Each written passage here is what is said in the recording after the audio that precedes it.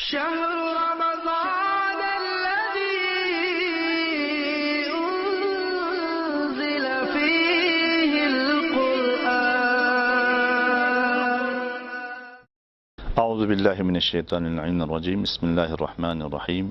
الحمد لأہلہ والصلاة علی اہلہا. اما بعد. محترم ناظرین، عنوان گفتگو آثار گناہ ہے. اس عنوان پہ ہماری گفتگو جاری ہے اور امام سجاد کی ایک مشہور و معروف روایت جس کو بیان کرنے کا شرف حاصل کر رہا ہوں، اور 7ویں نمبر پر امام بیان فرما رہے ہیں وَالذُّنُوبُ الَّتِي تُدِيلُ الْأَعْدَاءَ. ظالم اور جابر انسانوں کو اپنے اوپر مسلط کرنے کے کچھ عوامل ہیں، یا یوں کہوں کہ جابر ظالم انسان اگر ہم پر مسلط ہو جائے تو یہ کسی گناہ کے نتیجے میں ہے. امام فرماتے ہیں وہ کون سے ایسے گناہ ہے جس کی وجہ سے جو ہے ظالم ہم پر مسلط ہو جائے، بے رحم انسان ہم پہ مسلط ہو جائے، یا بے رحم اور ناانصاف شخص جابر ظالم انسانوں پر مسلط ہو جائے، یا یوں کہوں کہ دشمن انسان پر مسلط ہو جائے.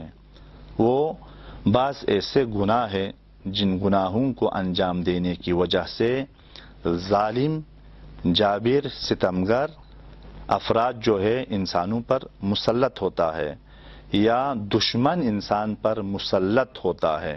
وَالذُّنُوبُ الَّتِي تُدِيلُ الْأَعْدَاءَ، یعنی دشمن ہم پر مسلط ہو جاتے ہیں، دشمن انسانوں پر مسلط ہو جاتے ہیں. وہ کون سے ایسے گناہ ہیں؟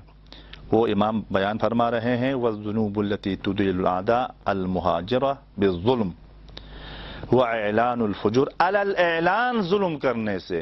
ظلم خطرناک ہے، اس سے پہلے بھی بہت سے گناہ کے آثار میں ظلم کا ذکر ہوا. علنی ظلم کرنے سے ظالم ہم پر مسلط ہو جاتے ہیں. علنی گناہ کرنے سے دشمن انسان پر مسلط ہو جاتا ہے. علنی ظلم. ایک ظلم مخفی ہے، ظلم ہے البتہ، اور ظلم کے بھی انواع ہے. ایک ظلم جو ہے انسان اپنے نفس کے ساتھ ظلم کرتا ہے، وہ بھی گناہ ہے، جو قرآن میں ہے نا لا ینال عہد الظالمین. جب حضرت ابراہیم نے کہا کہ یہ امامت میرے اولاد میں بھی مثلا یہ عطا کرے گی، تو حکم ہوا کہ لا ینال عہد الظالمین. بس ظلم کے بھی انواع ہے. ایک ظلم بے نفس ہے، ایک ظلم بے کیا ہے دیگران یعنی دوسروں پر ظلم کرنا، ایک خدا پر ظلم کرنا. خدا پر ظلم کرنے سے مراد جو ہے خدا کے قوانین و شریعت کی پائمالی کرنا. خلاصہ یہاں پر کیا ہے، ظلم سے مراد یہ ہے کہ اگر ہم کسی پر ظلم کریں گے، وہ بھی علنی ظلم کریں گے، تو اس کا یہ آثار یہ ہیں کہ ظالم انسان اور دشمن ہم پر مسلط ہو جاتے ہیں. وَإِعْلَانُ الْفُجُورِ، علناً گناہ کریں، علناً گناہ کرنا شروع کریں،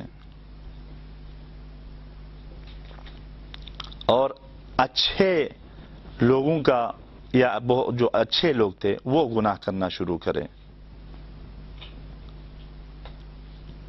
بس علنی گناہ کرنے سے، علناً ظلم کرنے سے، اور اچھے لوگ جو پہلے اچھے لوگ تھے وہ گناہ میں انوالو ہو جائیں.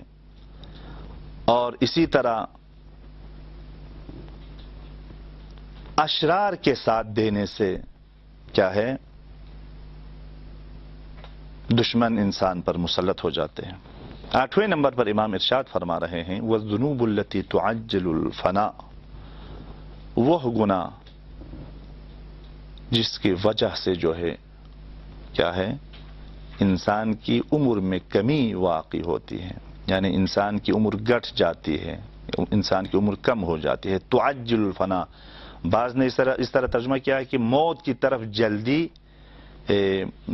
پہنچانے والے گناہ، یعنی موت کی طرف جو ہے تیز رفتاری یعنی مطلب یہ ہے کہ وہ گناہ جس کی وجہ سے انسان کی جو ہے امور میں کمی واقع ہوتی ہے، وہ کیا ہے؟ قطیعۃ الرحم، یعنی صلہ ارحام سے رابطہ منقطع کرنا، والیمین الفاجرہ والاقوال الکاذبہ والزنا وسد طریق المسلمین وادعاء الامامۃ بغیر حق۔ پس عمر کم ہونے والے گناہ یا عمر کو کم کرنے والے گناہوں میں سے ایک کیا ہے؟